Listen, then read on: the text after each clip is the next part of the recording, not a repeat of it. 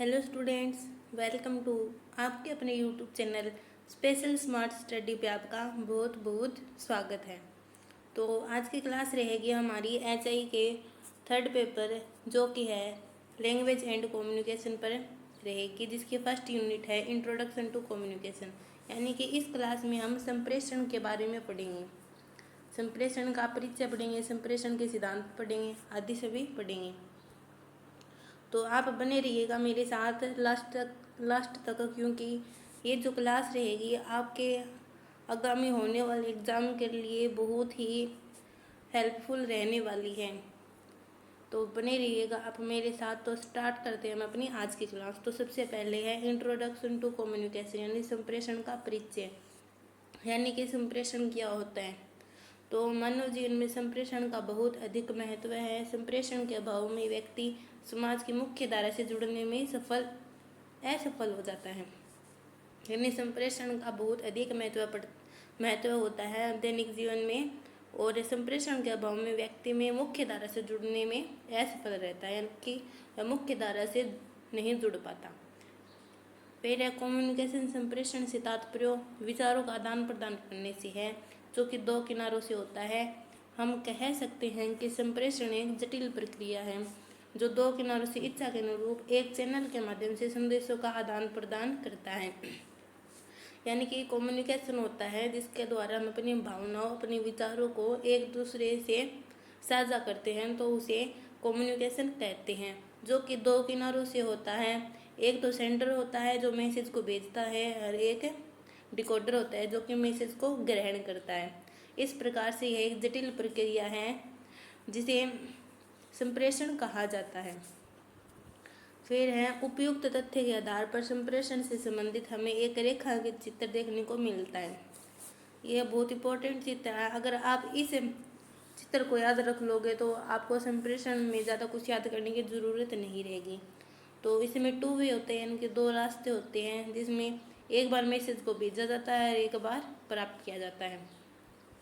फिर सबसे पहले इनकोडर होता है। इनकोडर यानी जो कि मैसेज को भेजता है, यानी कि स्पीकर जो वक्ता होता है जो मैसेज को भेजता है।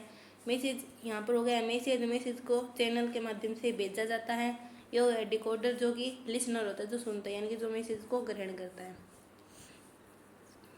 फिर इनके बारे में दिया गया कि इनकोडर हो गया संदेश देने वाला, डिकोडर हो गया संदेश प्राप्त करने वाला, मैसेज हो गया दो किनारों से प्राप्त किया गया संदेश, चैनल हो गया जिनके माध्यम से संदेशों को भेजा जाता है, और फिर टू वे हो गए। यानी संप्रेषण के लिए दो किनारों या छोर का होना आवश्यक होता है, क्योंकि एक किनारे से संप्रेषण नहीं हो सकता।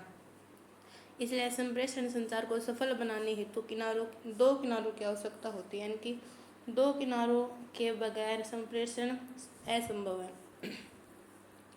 फिर है जटिल प्रक्रिया, यानी कि संप्रेषण एक जटिल प्रक्रिया है, उसको समझाएंगे।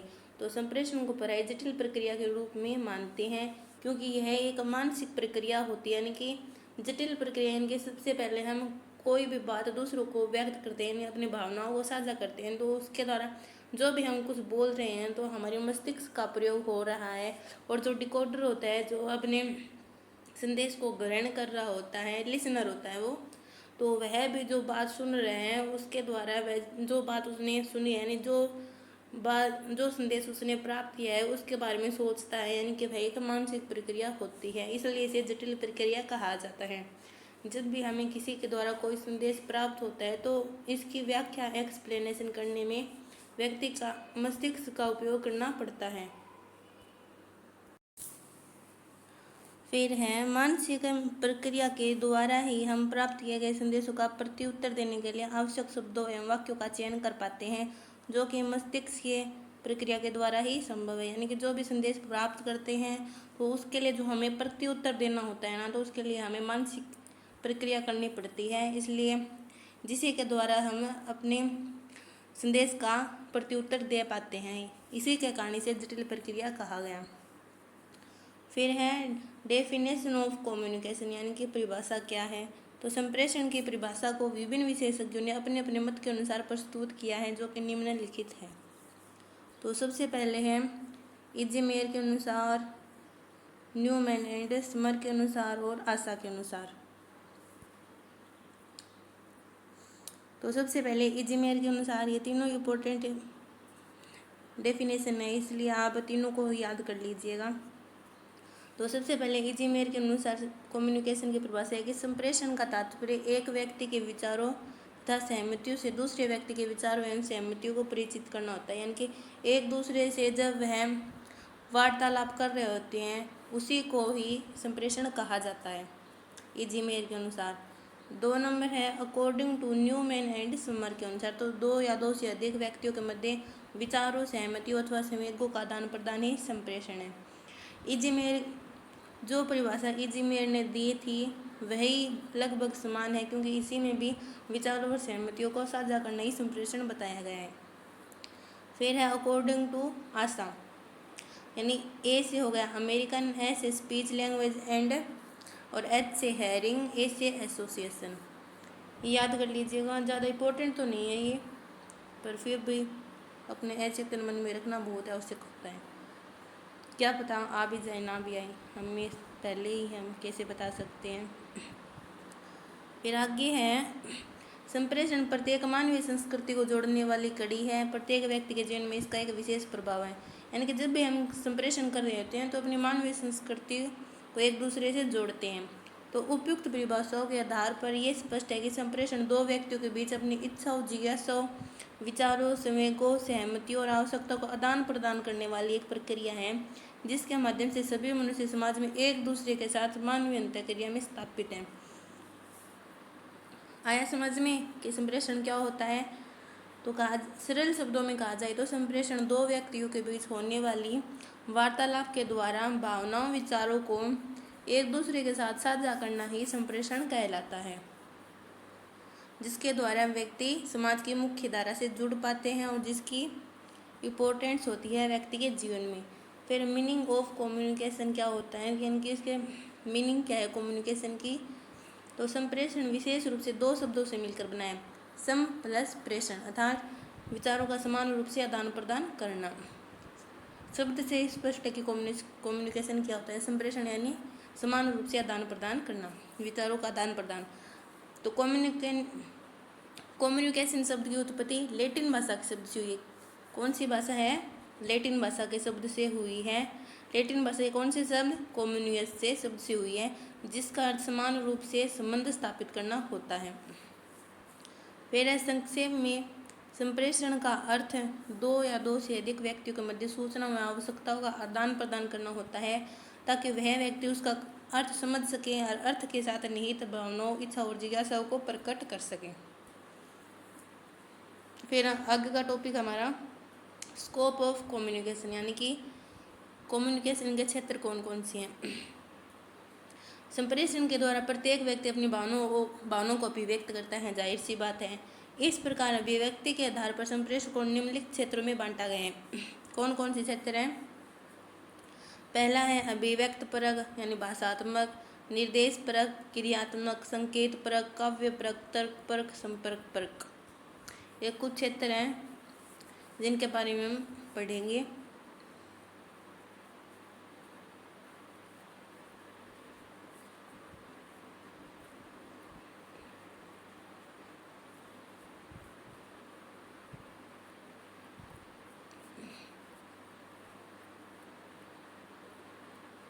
तो सबसे पहला है हमारा अभिव्यक्त परक।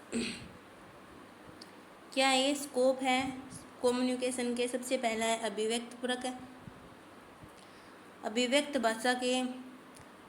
परक भाषा के उस विभाग से संबंधित रहता है जो विषय वस्तु के प्रति वक्ता से अपने दृष्टि एवं अपने भाव को व्यक्त करता है।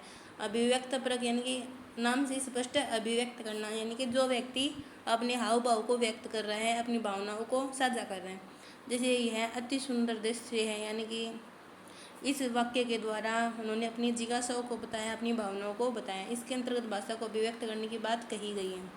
फिर आगे है निर्देश परक, यानी क्रियात्मक। तो निर्देश परक एक प्रकार से श्रोता से संबंधित होता है। व्याकरणीय संरचना की दृष्टि से संबोधनवाचक, प्रश्नवाचक और आज्ञावाचक इसके अंतर्गत आते हैं। साहित्य विधाओं में नाटक को इसका उदाहरण माना जाता है, जो क्रिया से संबंधित होता है, यानी कि क्रिया के द्वारा जो सीखा जाता है, सीखना नहीं, यानी कि संप्रेषण किया जाता है, जो कि नाटक को इसका मूल आधार माना गया है निर्देश परक का। जिसके द्वारा संप्रेषण किया जाता है। फिर है संकेत परक। संकेत परक में क्या कहा गया है कि यह विषय से संबंधित होता है। इसके द्वारा प्राप्त सूचना बाह्य ज्ञान से संबंधित हो सकती है। साहित्य विधाओं के अनुसार उपन्यास व महाकाव्य है। यानी कि संप्रेषण के द्वारा हम किसी भी संदेश या सूचना को साझा कर सकते हैं, इसलिए इसे संकेत परक कहा गया। फिर आगे है काव्य परक यानी कलात्मक। काव्य परक का संबंध स्वयं संदेश की ओर होने के कारण शैलीगत विशेषताओं से जुड़ा होता है। साहित्य रचना की दृष्टि से छंद और लय का प्रयोग काव्य में किया जाता है। इन काव्य परक यानी इसके कहने का मतलब यह था कि हम संप्रेषण के द्वारा अपनी जो मूलभूत संस्कृति थी, अपना इतिहास था, उसके बारे में संप्रेषण कर सकते हैं और अपनी संस्कृति को साझा कर सकते हैं, उसको बढ़ा सकते हैं। फिर आगे है तर्क परक अधिक भाषात्मक। तर्क परक भाषा के उस क्षेत्र से संबंधित है जो किसी वस्तु की विवेचना के दौरान उपकरण के रूप में अपनाता है। सामान्य क्षेत्र में भी हम तार्किक भाषा को अपनाते हैं, यानी तर्क करने की भाषा को अपनाते हैं। इसका अर्थ यह हुआ कि यह भाषा का एक विकसित रूप है जो बच्चे के संप्रेषण कौशल से संबंधित होता है। फिर है आगे संपर्क परक। संपर्क परक वह तत्व है जो वक्ता और श्रोता के बीच भौतिक व मानसिक संबंधों की सारणी बनाता है, जिसका सहारा लेकर हम संप्रेषण संचार में बने रहते हैं। संपर्क परक यानी कि संपर्क करते हैं हम संप्रेषण के द्वारा। और इसका एग्जाम्पल है कि टेलीफोन पर बोला गया पहला शब्द हेलो, यानी हेलो शब्द बोलते हैं तब हमारा संप्रेषण शुरू हो जाता है। जब हम किसी के पास फ़ोन मिलाते हैं या फ़ोन रिसीव करते हैं तो सबसे पहले हम हेलो ही बोलते हैं। और मेरा आपसे एक छोटा सा क्वेश्चन है कि हेलो शब्द सबसे पहले किसने कहा था, यह आप मुझे कमेंट में ज़रूर बताइएगा। किसी को पता है तो देखेंगे आप में से किन किन को पता है कि हेलो शब्द सबसे पहले किसने उपयोग किया था। फिर आगे है टाइप्स ऑफ कम्युनिकेशन यानी संप्रेषण के प्रकार। संप्रेषण के कुल 4 प्रकार बताएंगे। Verbal communication, non verbal communication, chemical communication और इलेक्ट्रोमैग्नेटिक कम्युनिकेशन। इनके बारे में हम संक्षेप में पढ़ेंगे। तो सबसे पहला है अपना वर्बल कम्युनिकेशन। वर्बल यानी मौखिक कम्युनिकेशन, यानी कि भाषा का मौखिक रूप है वाणी है। मौखिक रूप क्या है? वाणी है। वाणी के द्वारा हम संप्रेषण करते हैं। वाणी के द्वारा संप्रेषण करते हैं और वाणी ही सबसे वो सरल साधन है जिसके द्वारा संप्रेषण बहुत ही आसानी से किया जाता है। जो मनुष्य के लिए संप्रेषण का मुख्य साधन है, यह समाज को जोड़ने वाली मुख्य कड़ी है। वाणी हमारे जीवन का एक महत्वपूर्ण अंग भी है, जिसकी सहायता से हम ना सिर्फ बोलते हैं बल्कि विचारों को भी व्यक्त करते हैं। वाणी के द्वारा हमारे आत्मविश्वास में भी वृद्धि होती है। यानी वाणी के द्वारा हम संप्रेषण करते हैं जिसका व्यक्तिगत स्तर पर भी बहुत इंपॉर्टेंस रखी गई है, जिसके द्वारा हम दैनिक जीवन में हम अपने समाज की मुख्य धारा से जुड़ते हैं और अपने विचारों और भावनाओं को अभिव्यक्त करते हैं। ये था वर्बल कम्युनिकेशन। फिर आगे है नॉन वर्बल कम्युनिकेशन यानी अमौखिक संप्रेषण।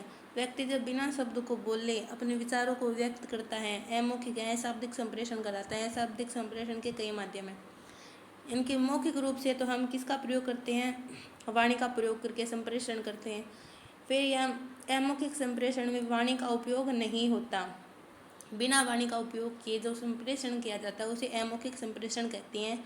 इसके कुछ माध्यम है, यानी कि साइन लैंग्वेज हो गई जिसके द्वारा संप्रेषण किया जाता है बिना वाणी के। फिर फेशियल एक्सप्रेशन यानी जो भी हमारा एक्सप्रेशन होता है, मूवमेंट होती है, उसके द्वारा बॉडी मूवमेंट हो गई, क्विड स्पीच हो गया, ड्रामा हो गया, क्रिएटिविटी हो गई आदि सभी के द्वारा भी संप्रेषण किया जाता है वाणी के बगैर। 2 हो गए। पहला तो हो गया वर्बल कम्युनिकेशन, फिर हो गया नॉन वर्बल कम्युनिकेशन। फिर है हमारा तीसरा केमिकल कम्युनिकेशन यानी कि रासायनिक संप्रेषण क्या होता है, इसके बारे में हम पढ़ेंगे। तो रासायनिक संप्रेषण में क्या दिया गया है कि रासायनिक संप्रेषण भी एक प्रकार का संप्रेषण है जिसे हमारे जगत में उपस्थित कुछ जीव जंतु इसे प्रयोग में लाते हैं। चींटी एक प्रकार का तरल रासायनिक पदार्थ छोड़ते हुए जाती है तो अन्य चींटियां उस तरह रासायनिक पदार्थ को महसूस करके पीछे पीछे जाती हैं। एक प्रकार का संप्रेषण है, यानी कि तरल पदार्थ के तरल पदार्थ होता है, यानी कि जो रासायनिक पदार्थ के द्वारा भी संप्रेषण किया जा सकता है। इसी प्रकार मधुमक्खी भी होती है जो फूलों के रस को सूंघ कर उसके पास पहुंचती है और उसका रस ग्रहण करती है। यहाँ पर मधुमक्खी द्वारा फूलों के रस का सूंघना एक प्रकार का संप्रेषण है, यानी कि फूलों की खुशबू को सूंघ कर वह फूलों के पास पहुंच जाती है, तो इस प्रकार का इसे भी संप्रेषण कहा जा सकता है। फिर चौथा है विद्युत चुम्बकीय संप्रेषण, यानी अंग्रेजी में कहा जाए तो इलेक्ट्रोमैग्नेटिक कम्युनिकेशन। फिर विद्युतीय चुम्बकीय संप्रेषण का प्रयोग हमारे जीवन में अत्यंत महत्वपूर्ण होता है। इस प्रकार के संप्रेषण के साधनों का प्रयोग दिन प्रतिदिन बढ़ता जा रहा है, जो कि आवश्यक भी है। इस प्रकार से हम कह सकते हैं कि संप्रेषण के साधनों के बिना हमारा जीवन अधूरा है।